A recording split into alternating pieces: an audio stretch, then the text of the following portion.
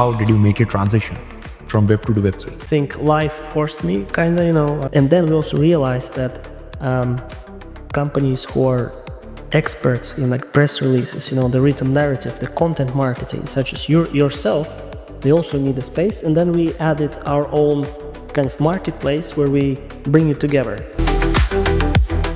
Hello everyone, this is Sudeep from Coin Gabbar reporting live from TOKEN2049. Joined with me is Jeff. So Jeff has traveled his journey from the Web 2 ecosystem, and some things like we all have faced some limitations, some problems, some centralization of power that pushed us towards the Web 3 ecosystem. And we are sitting here today discussing about how this ecosystem is better than the last one, better than the Web 2 version of things, and how we are going to take it forward from here. So Jeff has been the co-founder of Cointraffic, and then he also has been the founder of websync.ai. Yes. So we'll be discussing a host of questions from where does Cointraffic come into picture, and how does websync.ai fit into the picture, and how things are moving in the Web3 ecosystem. So first of all, how did you make a transition from Web 2 to Web 3? Oh, thank you. That's a great question. I think life forced me, I was working at Google as a consultant, advising their largest customers who were in Forex and CFD and other trading activities. So they noticed that crypto is a good way of making money. So they started advertising, and I learned a lot about acquisition for users in that space, right? And then I transitioned towards Cointraffic when Google banned crypto advertising. So we're like, oh, now people need to advertise somehow, right? Okay, let's do our own display advertising network. We're the first ones to do it. First ones to place banners on CoinMarketCap, CoinGecko, Cointelegraph, those kind of places. And then we also realized that companies who are experts in like press releases, the written narrative, the content marketing, such as yourself, they also need a space. And then we added our own kind of marketplace where we bring it together, right? The projects. And then as ecosystem evolves, we started matching Web 2 and Web 3 users, helping Web 3 penetrate bigger Web 2 space. So we talk about adoption in general. It has been fairly good. I guess in the past 2 years, adoption rate has gone up. The Web 2 users are accepting Web 3, not just users, the investors as well. Money is coming. Earlier they were like the visiting card VCs, but now structured VCs are coming. From meme tokens, we are maturing to like real life utility projects. How have you seen in your journey the Web3 industry maturing? Because tech matures only when it touches the life of people. If it is not just an investment instrument or an instrument to like make money overnight or in a fortnight, when it is actually having a use case scenario and solving some real world problem, then only a technology matures. So we would like to understand your perspective of how the Web3 has been evolving over a period of time. So I would say growth starts coming when you can utilize the product sitting on the toilet, right? So like think Instagram, think trading. Right now everyone has an app, very simple. You don't need actually I think moving away from seed phrases, right, to just having like social logins that create wallets, right, is the huge adoption. Because a lot of people, they don't want to hold their money in custody, right? They just want an easy access, trade something real quick. They're afraid of being custodians of their money. You can lose it, you can travel, whatever can happen, right? So for some reason they trust others more. And when I was heading growth at OKX, it actually was like one of my visions as well. And if you know, OKX years ago introduced an option to use your account to create a DEX wallet, right? And it's kind of new, and now we have it everywhere with MPC and stuff. So this seamless transition into everyday life on the back end is what is driving growth. And of course, we've seen many waves of projects that were unfair to their investors, let's call it this way. This war in There have been projects which have been unfair to the investors, retail investors, and there have been projects which have been unfair to their VC investors as well. Of course. And now I think it's kind of people became smarter, after losing some money, they paid for their knowledge. We've seen that people paid for... But you'll have to die if you want to see heaven. At least die once. Exactly. Then you can see how beautiful that place is. Yes. And the cool part about crypto, when coming back to your question about my transition, it's super fast paced. I like to move fast, I like to get feedback, adjust the product, move things around. And I believe this is still the industry where we can do it.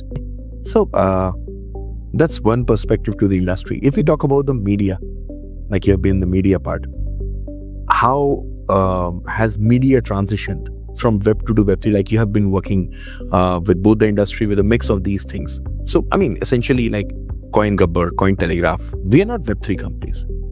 We are reporting on Web3, but we are essentially Web2 companies. That's correct. We don't use the element of crypto or element of blockchain. We are just working on it. We are just reporting on it, writing on it. So this transition of the two, I won't say ends of the world, but the gradually progressing ecosystem of Web3 from Web2, how do you see this coming, and where do you see it maybe setting up a marriage in the times to come? Where does this technology go to? And the transition that has been happening. Yeah, so I can tell you based on say examples of the way. So 2016, you were able to advertise on Google search, on Meta. Legally, right? I'm not talking about some gray, black hat techniques. Then you kind of lost this, right? And this is the middle of your marketing funnel acquisition, right? So then we said, okay, we don't have it. What can we do? We can do the media part, which in my opinion is like kind of also top of the funnel, like social media, like content marketing, and also top of the funnel banner ads, right? So, and this was like converting like crazy. So nothing was there. And then you're kind of going like lower towards like word of mouth, Telegram channels, and now you've seen this wave of KOLs, right? Which I think is kind of coming to an end, to be honest. In my opinion, right? So okay, we're going like super bottom of the funnel is becoming inaccessible again. There's no audience, so we need to go back. So I think there's going to be display advertising again, and I believe like Meta and Google very shortly will start allowing more and more crypto companies, because the issue is always, say, payments, right? So if you're a crypto company, you need to get you need to be paid. If you can get customers to deposit money, we've seen like a lot of payment adoptions. We see a lot of payment providers here, right? Once you have that, then you need user acquisition. It looks like, the bigger syndicates in advertising industry start to allow it again. And I think those companies are going to give KOLs a very hard time, right? It's going to be very, very difficult because, people still trust Meta or Google or maybe TikTok a little bit more than, some kind of an influencer on Telegram saying that they can drive huge volumes. They can, but the reach is a lot smaller compared to... Second, one more thing that works in this case is that the influencers, if we talk about, are individuals. Yes, right? And they have been confined, their exposure has been confined to the community only. So the community trusts them, their followers trust them. But the non-Web3 followers might not place their trust on such influencers all of a sudden. It will take time before they gradually mature and they start giving good stuff. Their legacy has been proven that what they said happened. Like you are a fresh influencer, you got a good following, you shill 2 or 3 tokens, and then the next time nobody's trusting you. This also happens. KOLs, I've seen many of the KOLs committing suicides as far as their career is concerned by just chilling tokens. Yes, I agree. So, there's a flip side to it. Yes, and also if you're like an exchange or a Web3 company, right? You're kind of just blowing up the market, fighting for the same KOLs who have the same users and trying to switch them. But what, let's say, we're doing with WebSync, we're enabling Web3 companies to advertise on Web2 properties. Like, as you mentioned, like yourself, Coin Gabbar, for example, you can say it's a Web2 company, right? But then we can place ads on, let's say, investing.com or like any other websites, people watching videos about cats or esports, right? And this is where you start showing them doing the first touch about like crypto. That's how you engage kind of wider audience. And then maybe after they see a project, then they start reading about you, for example, on your media outlet, right? And then they're like, okay, I want to be smarter, maybe, like, who's talking about it? They search in Google, this project. Oh, then you see an ad, or maybe you see a YouTube video from an advertiser, right? So we're finally at the stage where you can build proper multi-touch marketing campaigns. I've done it before for OKX, and get this data to basically get the tech that is available, for example, in the beauty industry, for instance, right? Or any like fast-moving consumer goods. So you can see being retargeted by ads crazy. Oh, you watched this ad, you want shoes? Oh, you already bought shoes, maybe you need a belt. Or if you have a girlfriend, you know, if you buy a belt, then you need to buy a handbag, right? And usually they're pretty expensive. I mean, predictive analytics has been playing the center stage. But you know, one thing that I've observed is the likes of Meta, Google Analytics, advertisements, you can do that predictive analysis. But that fragment of that specialization is still missing in the Web3 companies, Web3 marketing ecosystem. Because, you know, we have not been dominated by a giant still now. We have a massive audience. Take Cointraffic, for example. Despite being a Web2 portal, despite reporting exclusively about crypto, it is still, not having that kind of market analytics and dynamics which can like do predictive analysis of the behavior, the consumer psyche. But that's about the marketing part. If we go to the Web3 industry once again, then has there been any change in the kind of projects coming to the industry? You know, having from the marketing side, you must have dealt with all sort of projects like some memes, and then layer ones, layer twos, and some things building up just for the sake of rug pulls. So is there any transition in that? Are there lesser bad players than good players or stuff? What about, since you're working with projects, you also know about how the funding is drawn. So are there more structured investors, structured VCs coming into picture, forming fund houses to sponsor and fund exclusively for the Web3s? That's where I want your insights about in the industry. Okay, so if you don't mind, I'll touch a bit on predictive analytics, because that's exactly what we're doing with WebSync, and we actually made a fun case. So anyone can create hundreds of AI-generated ads now, right? But in order to know what works, you have to spend money on each one of them. And our tool, WebSync, can actually predict, as one of the part of the suite, like which creatives are most likely to get the largest engagement, right? And we actually did it also for now Miss Universe Estonia. It's a beauty contest. We took some girls with the same product in the same polls, and we managed to predict which of them are going to drive the most engagement. Oh. Yes, with like real models, not only, so we took models that are developed in universities, like 4 or 5 of them, then layered the cosmetics brands data on top of that, right? Because each brand is kind of like a bit unique. And then we managed to run some ads and it's like, oh, verify it. And we actually managed to predict 4 out of 5 top 5 finalists. That's great percentage. Right? Yeah, yes, it's still good. Kind of works. And these tools are now becoming available to agencies that we work with, both in Web2 and Web3.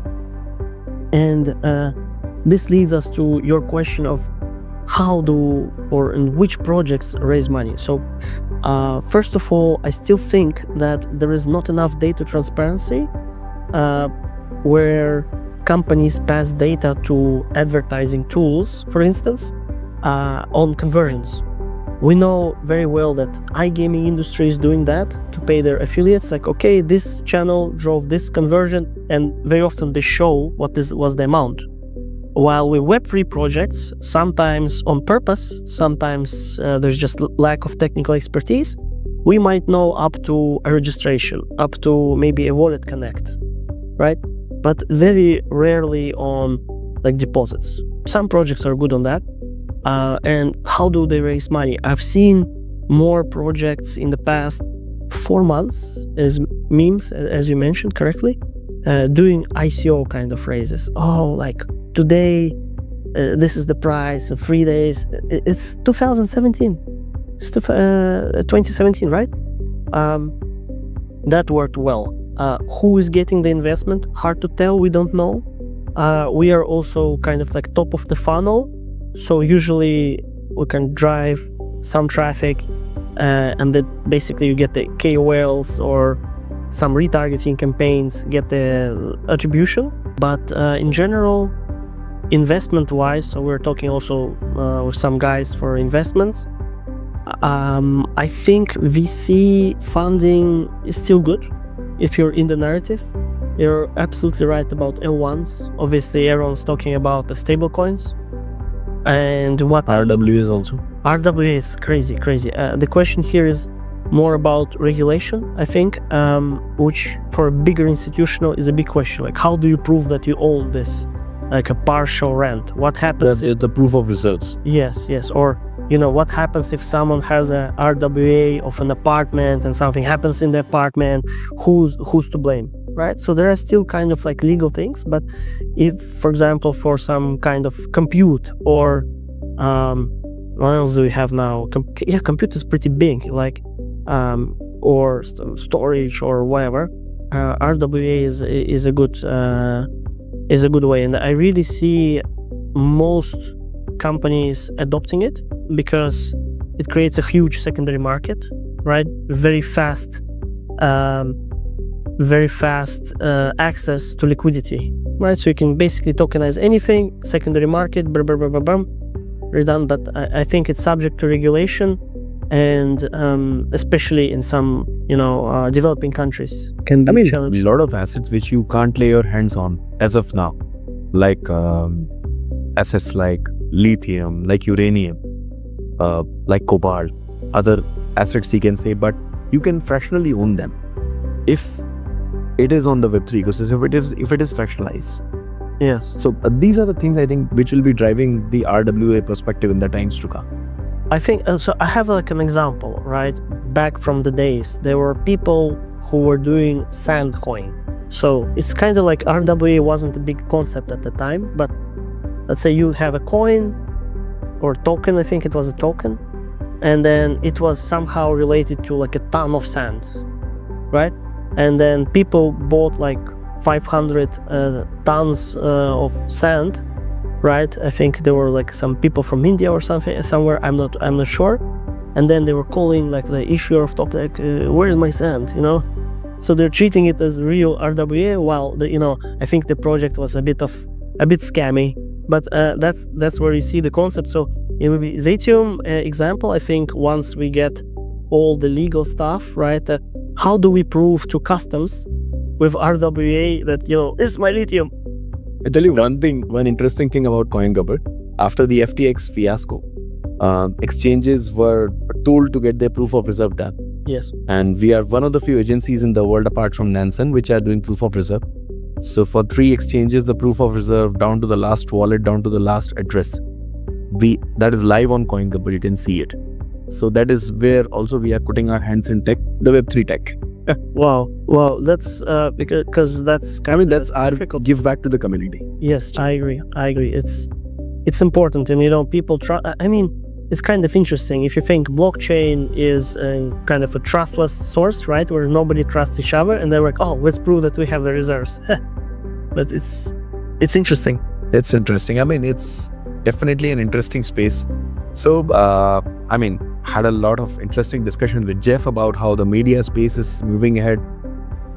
I already mentioned he's a founder of 2 projects, and one of them is an analytics one, which that is a next gen thing which we can do in terms of what we can say advertising, predictive analytics, which is the need of the hour when it comes to the media outcome and actually the impact of advertisements, impact of campaign that you're doing.